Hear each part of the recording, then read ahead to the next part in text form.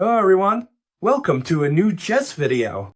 Welcome to a totally mind-blowing trap where we're going to give away a lot of pieces to end up in a much better position than our opponent, leaving them with nothing to do. We'll start with the move e4, e5, knight f3 attacking the pawn, d5, knight c6 defending it, bishop c4, Italian game. And now, what is our opponent going to play? The two knights defense of the Italian game. We've seen on several occasions on this channel how to play when they played the move bishop c5. In fact, 2 days ago I uploaded a spectacular video that you all loved about the Max Lang attack, in case you want to go watch it and haven't seen it yet, regarding this move. In this video, we're going to cover knight f6. We're also going to play a sort of Scotch gambit with d4. And when they capture, instead of recapturing this pawn or defending this other pawn they're attacking, we'll castle. Notice that now they can capture this second pawn, and we've already given away 2 pawns.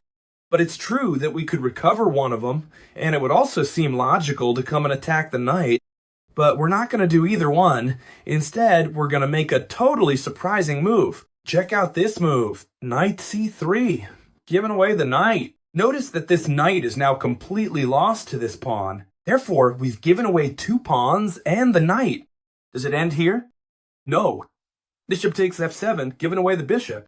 We've gone completely crazy. We've given away 2 pawns, a knight, and a bishop, and the only thing we've done is capture 1 pawn. But this is part of our gambit, a spectacular traditional gambit, which we would now follow up with this queen here, queen d5, delivering a check. And at the very least, we're already recovering this knight here, and the king is out in the open. So get ready, because we're going to see how to follow up this tremendous gambit. Let's see why this gambit is so powerful. Notice that we have a super powerful queen attacking a weak king. How else can we take advantage of it?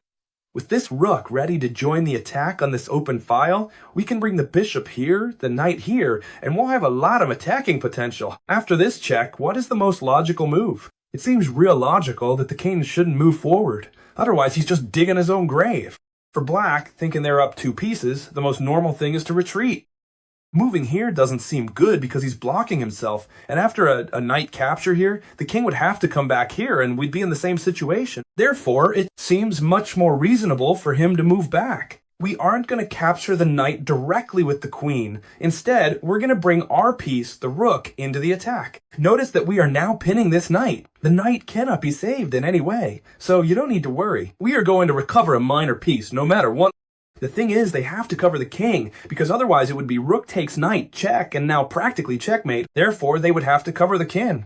It doesn't work with the queen, because after rook takes knight, we would win the queen, so they have to cover it with the bishop. Now, yes, we can capture this knight calmly, and notice that we are applying a lot of pressure. We are pressuring this bishop that cannot move, and now we want to enter with the bishop to capture this other bishop on e7 and end up in a much better position.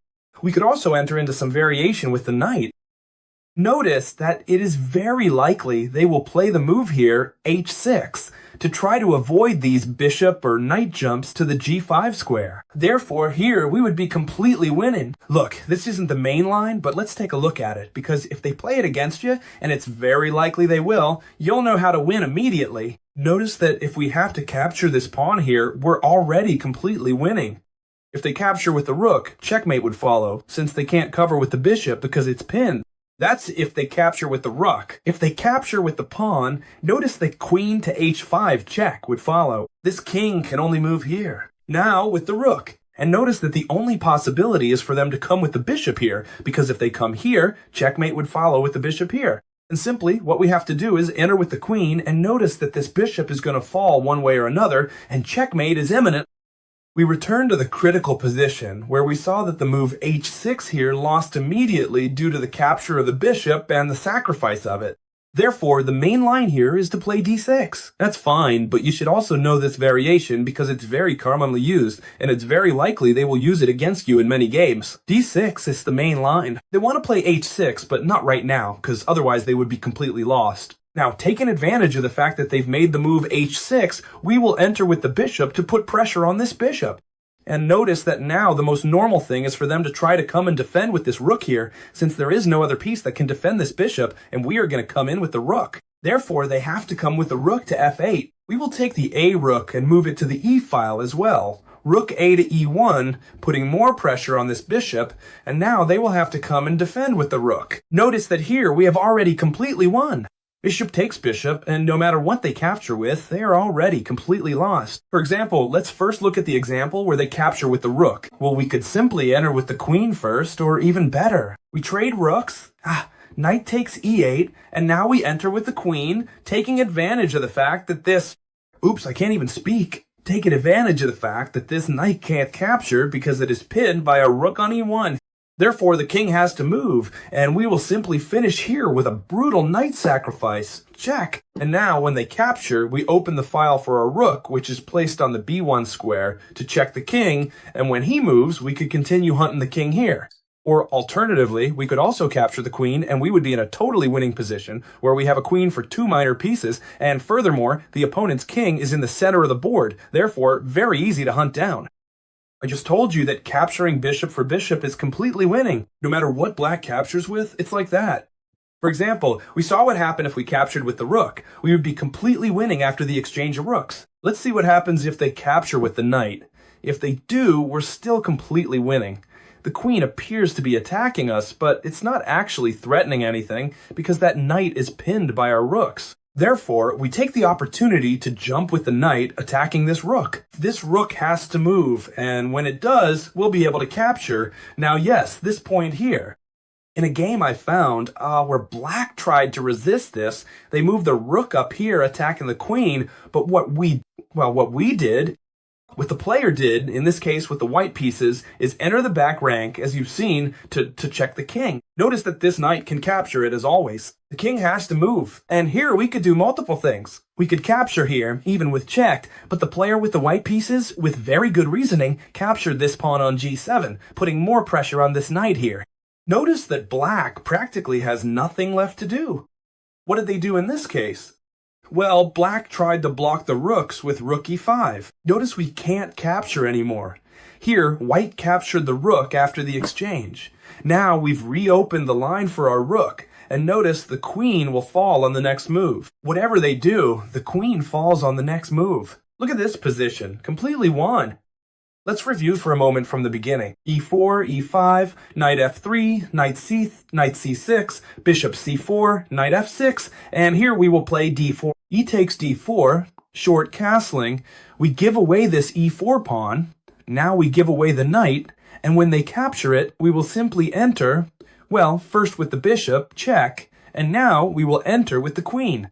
Notice that here the king can't go to many squares. We have seen that coming here would be a disaster, but notice that coming here would be an even greater disaster. We capture with checked. That's why I tell you it's complicated to defend against. If the king comes here, we enter with jacked. And if the king comes here, watch out because queen d5 is checkmate. Therefore, it's complicated to defend with the black pieces if you don't know this gambit. So what is the best square for the black king to go to? Notice that we said that here was terrible because we end up in checkmate. Here, we had also analyzed that the situation was terrible. Same here, because we would capture with check. The computer's solution is to bring the king here in front. A very difficult move for a human to see. I'm telling you, if they play this line against you and bring the king here, it's because they are very well prepared. I mean, it's very rare. Therefore, we are going to learn how to play in case they play perfectly against you. We are going to come with the rook to attack this knight. We won't take it with the queen, but rather we'll do the same thing. We'll attack it with the rook. This knight can't retreat because the bishop would come in, giving check and capturing the queen on the next move. Therefore, this knight can't retreat. And what is the move here? A very good one. Well, a very good one. The only one that saves black, but practically impossible to find. Moving the knight backward, blocking the king, and attacking the queen. It's a very rare move, I'm telling you. It's very hard for them to find all these moves. Either because they've seen the video or because they've studied it with the computer or something like that. Now we would capture this knight here with the queen, but I'm explaining it to you so you're prepared for everything, even for the worst. And here, notice that there are two moves, one very good one and one very bad one. It might be that the most logical one is d5 attacking this queen, but this one loses immediately. Notice that we give this check. This king cannot go anywhere, because if it comes here, we would already be coming in with Terrible consequences. It has to block with the bishop, and simply with a move like g4, we would be attacking a bishop, which we would capture on the next turn, and with the king exposed, we would recover all the material we had lost in the opening. Therefore, this position would be very good for us. So what is the solution here for the black pieces? Well, a totally computer-like move again, making a backward move with the king, a very strange move, pulling the king back, and we would continue with the pressure from the bishop. As you can see, I have good news for you. You'll see why. Because if they play this line perfectly against you, it's because they've studied, and now you'll see what happens. I will apply pressure over here. It's true that now the king can hide back here. That is true. First, they play d5, attacking our queen and giving this bishop some volatility. This is the best move. We'll give check with the queen, as we said. Now the king can indeed hide. And notice that now we'll take the opportunity to apply this pressure on the pin of the knight. We apply pressure with the bishop, the queen, and knight. Therefore, this knight is going to fall. If it weren't for the fact that they have a move that saves them, which is knight g6. Notice that now they leave their queen hanging, but it attacks ours. What do we have to do? Trade queens. We capture here, let them capture us, and we would recapture this knight here. Notice that after this move and rook b1, we would now be in an endgame down a pawn. We are simply down a pawn, that's true, with a slightly awkward king and this rook that can't get out. Therefore, well, assuming we capture this pawn on the next move, I'm telling you that if you reach this position, it's because your opponent has simply studied all the moves by heart. It's impossible for someone to be able to come up with all the good moves, especially when they are so strange. Therefore, if they have made it this far, it's because they have memorized them. So, with simple play, you are going to have a lot of chances to win. If we look here at who wins more games, whether white or black, it shows that 60% of the games are won by the white pieces. Therefore, it's easier for us to play. More active rooks, more active pieces. Therefore, this endgame is really good for us. Now we are going to see an example where a game with the black pieces by Magnus Carlsen, the world champion, tried to refute this gambit, and it didn't go well for him at all. Knight f3, knight c6. You already know that there are many ways to reach this position. We could play bishop c4 first. We could also play d4 first, the Scotch gambit, and after the capture, then play bishop c4, and we would be in the presence of the Scotch gambit. Here, the line knight f6 would follow, and we would simply castle. Carlsen captured the d5 pawn here, and after the move knight c3, Carlsen sensed that pawn takes knight was completely losing. Therefore, he tried to refute it in the following way. He captured this knight, but not with the pawn. Instead, what he did was capture it with the knight. We have already seen so far all the lines we had when this knight is captured by the pawn. When this knight is captured by the pawn, simply, as you know, we sacrifice the bishop on f7, and when the king comes out, we move in with the queen delivering check, and we have all that we have studied. So here, white recaptured this knight, and what Magnus Carlsen did was play d5, attacking this bishop, which the white pieces retreated, but attacking this knight here. Notice how the position continues now. Well, Magnus Carlsen captured this pawn here, but notice that here, the black pieces are still in a very delicate position. And if the white pieces play well, they will be able to win. Therefore, here against Magnus Carlsen, they played knight e5, putting much more pressure on this knight. Notice that now this knight obviously can't jump because it is pinned by the bishop. Therefore, with this knight jump here, the white pieces are putting tremendous pressure on Magnus Carlsen. They could enter with the rook onto the open file, they could even enter with the queen, and ultimately they have this bishop to come in through here and through here. The white pieces are much better off. How did this game continue? Magnus Carlsen defended himself as best he could with bishop to d7. Notice that he missed a variation here, and let's see the continuation. Magnus Carlsen believed that with bishop to d7 he was defending the entire position. The thing is that after knight takes knight, pawn takes knight, and here, instead of moving this bishop away, the move rook to 1 came, delivering a spectacular check. And when Magnus Carlsen covered with the bishop to a3 by the white pieces left Carlsen completely exposed. Notice that this bishop can move because it is pinned by the rook, and on the next move, this bishop would fall, because notice that there is no way to defend it. How did the game continue? Well, Carlsen captured this bishop here. The white pieces captured this bishop here. Notice that now the king can't move because rook takes bishop would follow, and they would capture the queen with the discovered check. Therefore, they have to give up the queen here for the rook, bishop takes queen, and king takes bishop. And notice that after queen takes d5, the white pieces are much better off. Aside from the fact that they have a queen and black doesn't, now there's a threat to enter with the rook here, enter with a check here, and recover this pawn. Therefore, the white pieces are completely winning, and Magnus Carlsen couldn't do anything, not even by capturing with the knight. Now I'll set up the black pieces for you, because I want you to see the true refutation to this whole attack. Is there a way to stop it? Obviously, yes. Complicated? Also, but I'm going to teach it to you, so you don't have to be afraid of this game. e4, e5, knight f3, knight c6, bishop c4, knight f6, and d4. To capture this pawn here, we castle. We can capture this pawn here, of course we can. And now, after knight c3, it's important to capture with the knight. It's better not to capture with the pawn because then we get into too much trouble. Like Carlsen, we capture with the knight. Mind you, Carlsen made several mistakes. After capturing with the knight here, what did the white pieces do, or what did they have to do? Well, capture this pawn here. And now, instead of playing d5 like Magnus Carlsen did, which was a mistake, you have to play bishop e7. Why? Because now, if he places the rook over here, we can castle without any problem. And notice that Carlsen's biggest mistake was allowing this knight jump with the king pinned. Therefore, here you could actually play, for example, d5, right? And bring out the bishop. First we have to castle, and then we could play this d5.